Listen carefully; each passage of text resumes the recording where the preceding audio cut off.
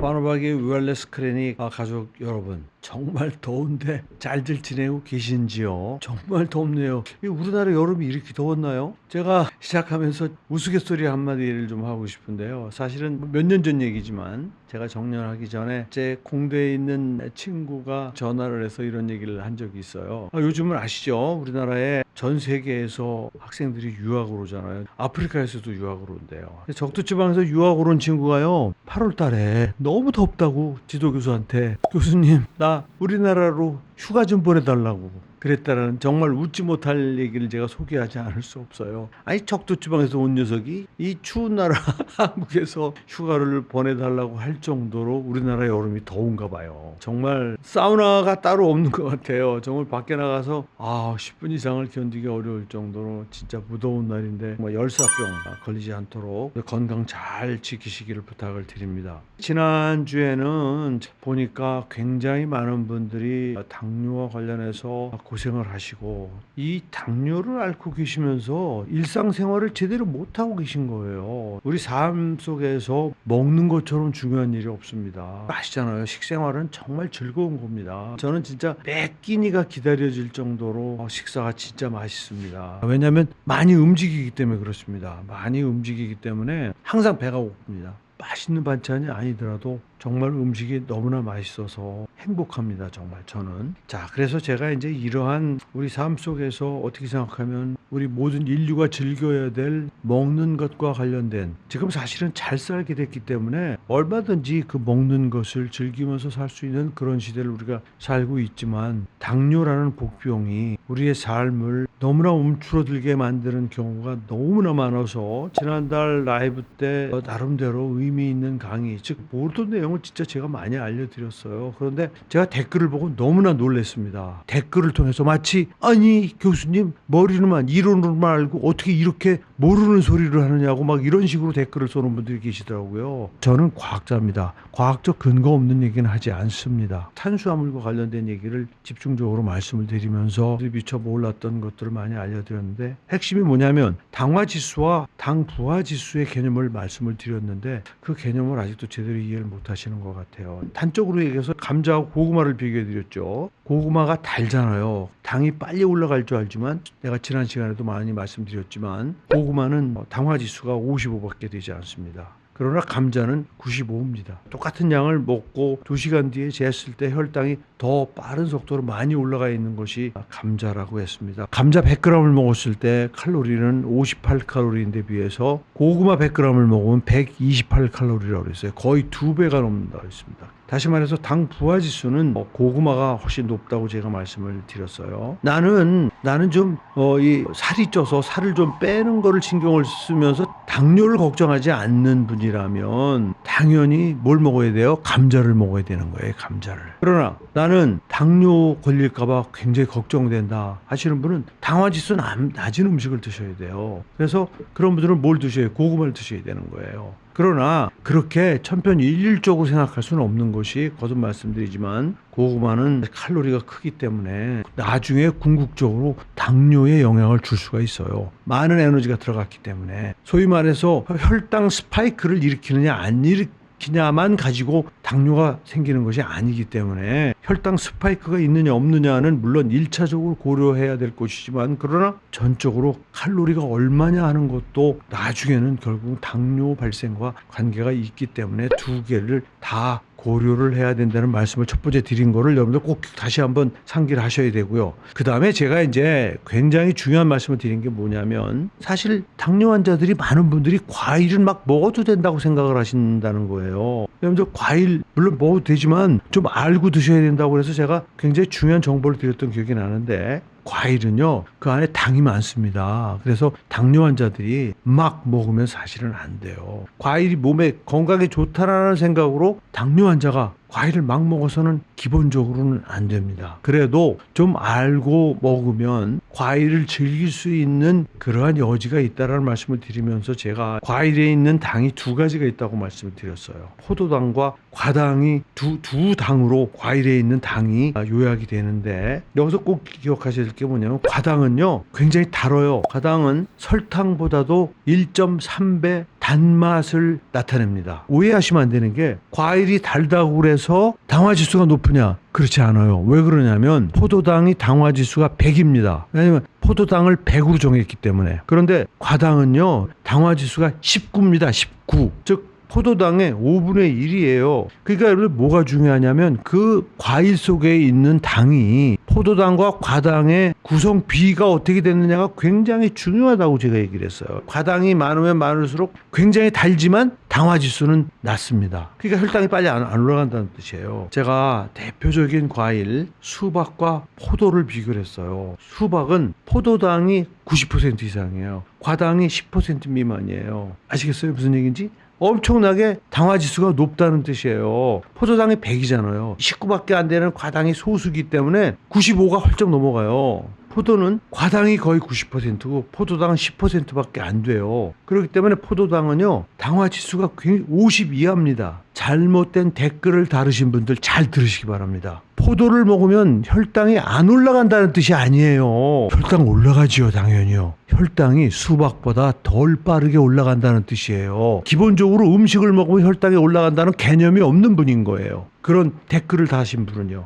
음식은요 당화지수가 10, 20인 것도 먹으면 혈당이 쫙 올라갑니다. 음식을 먹으면. 우리 몸은요 어떠한 음식도 먹으면 1차적으로 당이 올라가게 돼 있어요. 당뇨가 아닌 분들 밥을 먹으면 혈당이 쫙 올라갑니다. 혈당이 막 심지어는 180, 200까지도 올라가요. 정상적으로 혈당이 200 이상을 넘어가면 소변으로 나오기 시작을 해요. 정상적으로 인슐린 분비가 되고 정상적인 당 대사가 이루어지는 당뇨가 아닌 환자의 경우는요 밥을 먹으면 또는 음식을 먹으면 혈당이 올라갈 때 인슐린이 그 혈당들을 빠른 속도로 이 근육, 대부분이 근육이에요. 인슐린에 의한 것은 근육하고 지방세포라고 생각하시면 돼요. 아무튼 그래서 어느 정도 올라갔다가 더 이상 올라가지 않게 되는데 또 하나 중요한 건 뭐냐면요. 콩팥에서 일단 굉장히 많은 포도당이 여과가 돼요. 그래서 마치 소변으로 다 나갈 것 같지만요. 소변으로 나가는 세뇨관에서 거의 대부분이 다시 흡수가 됩니다. 그래서 궁극적으로 오줌으로 나오지 않아요. 건강한 사람들은요. 이 질서를 아셔야 돼요. 밥을 먹으면 막 180, 200까지 올라가지만 더 이상 올라가지 않는 이유가 지금 말씀드린 것처럼 인슐린이 올라가는 혈당을 낮추고 비록 사구체에서 당이 여과가 돼서 세뇨관을 통해서 오줌으로 나가려고 막 그 길로 들어섰어도 세뇨관에서 다시 그놈이 재흡수가 돼서 궁극적으로는 오줌으로 나가지 않기 때문에 건강한 사람들은요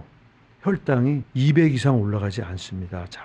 아무리 식사를 해서 혈당이 올라가더라도 오줌으로 나오지 않아요. 건강한 사람도 혈당이 200까지 올라갈 수 있음을 얘기하는 거예요. 포도를 먹으면 혈당이 100, 150, 200 올라갑니다. 포도가 당화지수가 낮다는 거지 포도당을 올리지 않는다는 게 아니에요. 혈당을 올리는 게 얼마나 중요한 일인지 아십니까? 생명을 유지하는 근본적인 힘이에요. 그것이요. 혈중에 당이 올라가지 않으면 죽습니다. 자, 여러분들 생각해 보세요. 당뇨 환자가 제일 무서워하는 게 뭔지 아세요? 혈당 조절이 안 되기 때문에 쉽게 저혈당에 빠지는 것이 심각한 문제입니다. 고혈당으로 죽는 사람은 절대 없습니다. 오해하시면 안 돼요. 내가 그래서 당뇨 환자들 매 시간마다 혈당을 재시는 걸 당장 그만두시라는 거예요. 아무 의미가 없어요. 그게요. 혈당을 재시는 게 무슨 의미가 있어요. 그게요. 혈당을 재느라고 스트레스를 받는 것 때문에 더 건강이 나빠진다는 생각을 하셔야 돼요. 지금 내가 당뇨 환자이면 당뇨 조절이 잘 안 된다는 뜻 아니에요. 그래서 전문가 의사를 찾아가야 돼요. 내가 인슐린이 부족하면 인슐린 주사를 맞으셔야 되고 제2형 당뇨라고 그러면 혈당 강화제를 드셔야 돼요. 그거를 절대 소홀히 하시면 안 돼요. 그거로 끝나는 게 아니죠. 가장 기본적인 건 운동을 하는 거예요. 제가 말씀드리잖아요. 당뇨는 병이 아니에요, 사실은요. 내가 칼로리가 들어왔잖아요. 그럼 그 칼로리를 책임지시는 분은 당뇨 절대 안 걸려요. 먹고 퍼져서 에너지를 안 쓰니까 인슐린이 고장나는 거예요. 올라간 당을 쓸 곳이 없는 거예요. 그러면 인슐린 근육이나 지방세포로 전달해야 되는데 한계가 있죠. 마냥 전달할 수는 없잖아요. 그리고 그 혈당이 갑자기 올라가면요. 인슐린이 당을 인식해서 근육이나 지방세포로 전달하는 기능을 잃어버리게 되는 거예요. 그것이 인슐린 내성이라고 얘기하는 겁니다.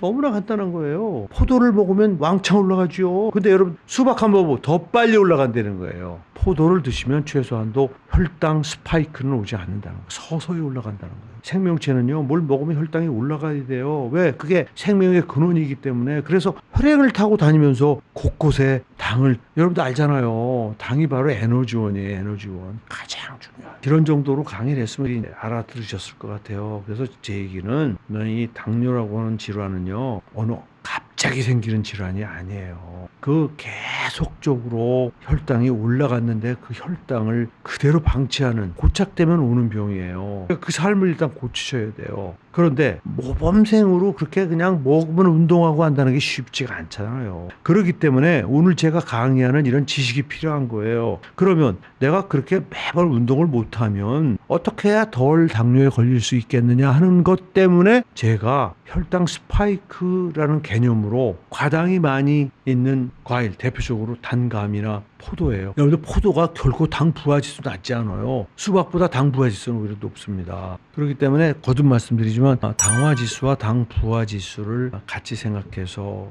과일도 드셨으면 좋겠어요. 제가 이제 암 클리닉을 하고 있는데 여기서 좀 중요한 말씀을 좀 드리고 싶어요. 암 환자가 계신 가족들에게 제가 당부를 드려요. 제가 3년 동안 암 환자를 돌보면서 제일 안타까운 것은 정말 잘못된 지식이 암 환자들을 지배하고 있다는 사실이에요. 근데 그것이 굉장히 큰 병원에서 이루어진 교육의 내용이라는 사실에 저는 충격을 금할 수가 없습니다. 도대체 이분들이 암 환자의 식생활에 대해서 알고 저러한 가이드라인을 주신 건지 진짜 저는 염려가 됩니다. 암 환자들은요, 먹지를 못해요. 아무리 맛있는 거 줘도 먹지 못합니다. 메스꺼워가지고요, 음식을 먹질 못합니다. 그래서 거의 99%가요 기력을 온전히 유지하고 온 환자가 거의 없습니다. 보면 딱 압니다. 아, 저번 암 환자구나. 그런 분들이 항암 치료합니다. 견뎌낼까요? 견뎌내기 어렵습니다. 암 치료의 첫 번째는 드시는 거예요. 드시는 걸 제대로 못 드시는 분이 암 치료가 될까요? 100% 불가능합니다. 정상적인 분보다 더 잘 드셔야 돼요. 그래서 에너지가 충분히 공급이 돼야만 암이 치료가 될 수 있어요. 왜냐하면 암하고 싸우는 면역세포의 싸움도 그 바탕이 에너지이기 때문에 그래요. 저는 그래서 저희 암 환자들에게요, 식사를 못 하시면 꿀을 권해드립니다.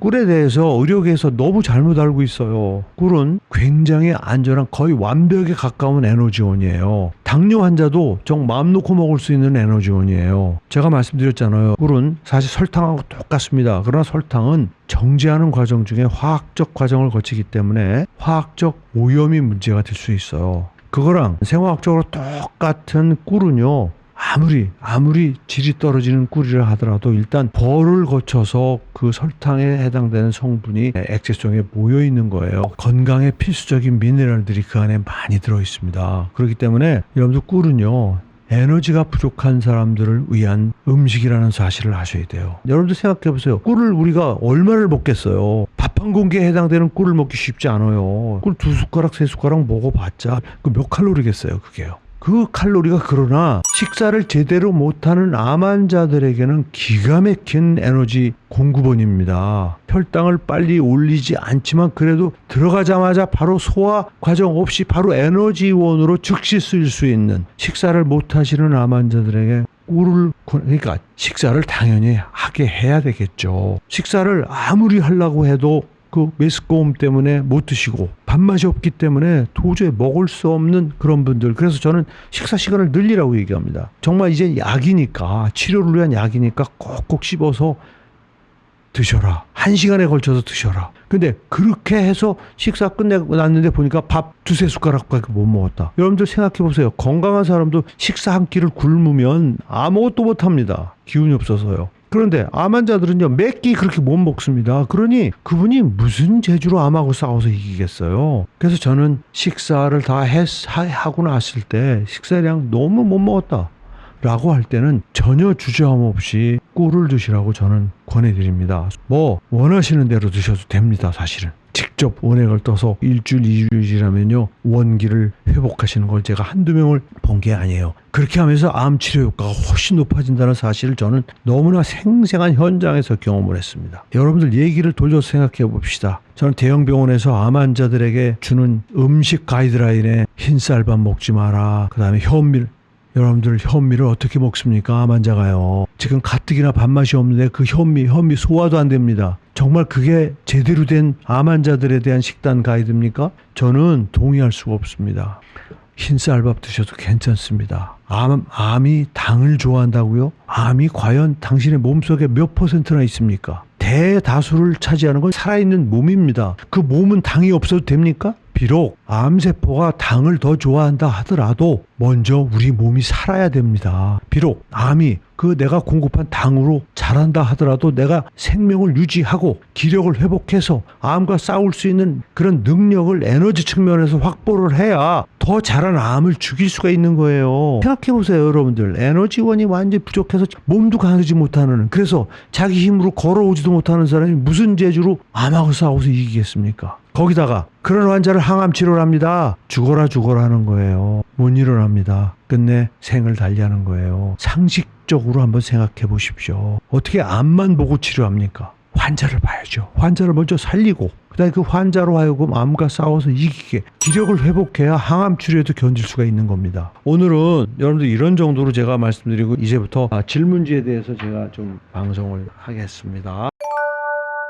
활성산소가 세포를 오히려 건강하게도 하고 비타민C로 항산화하면 오히려 암을 키운다고 하던데 맞을까요? 전적으로 틀리죠. 여러분들 활성산소가요, 맞아요. 우리 몸에 정상적인 생리 반응을 활성화시키는 거는 사실이에요. 활성산소가 무조건 나쁜 거 아니에요. 제가 누차 말씀드렸잖아요. 그리고 비타민C가 암세포에는 산화 촉진제로 작용하기 때문에, 그리고 정상세포에는 항산화제로 작용합니다. 근데 저농도에서는 효과적으로 암을 죽이지 못하기 때문에 먹는 것만 가지고는 암세포를 죽일 수 없다고 제가 설명드린 적이 있죠. VH라는 예명을 가지신 분이 질문을 주셨는데, 동맥경화가 있어서 고지혈증 약을 먹고 있는데 비타민C 먹으면 고지혈증 약을 끊어도 될까요? 혈압과 당뇨는 없습니다. 제가 설명 조금 전에 드렸잖아요. 고지혈증 약이 동맥경화를 예방하는데 아무런 효과가 없다는 뜻은 아니에요. 똑같은 산화적 손상을 받는 분이라면 고지혈증을 좀 낮추면 이 동맥경화를 줄일 수 있는 효과가 있지만, 그러나 궁극적으로 동맥경화를 막지 못해요. 비타민C가 답이라고 그랬잖아요. 비타민C 먹으면 콜레스테롤이 높든 낮든 비타민C를 충분한 양을 먹느냐 안 먹느냐가 문제지, 많이 먹으면요 콜레스테롤이 산화되는 걸 막고 혈관 내피 손상을 막기 때문에 일석이조라고 그랬잖아요. 고지혈증 약은 콜레스테롤만 낮추는 거기 때문에 가능성만 조금 줄이는 거지 완전하게 동맥경화를 막지 못합니다. 여러분들 굉장히 불편해요. 이 고지혈증 약을 너무나 많은 의사 선생님이 처방을 하기 때문에 좀 제발 공부 좀 했으면 좋겠어요. 그분들 너무 공부를 안 하세요. 호돌이 88, 아버님이 폐암으로 항암 치료받고 올해 수술하셨습니다. 현재 혈소판 부족으로 입원 중이신데 한 달 전부터 2시간마다 하나씩 드시라고 권유드렸습니다. 도움이 될까요?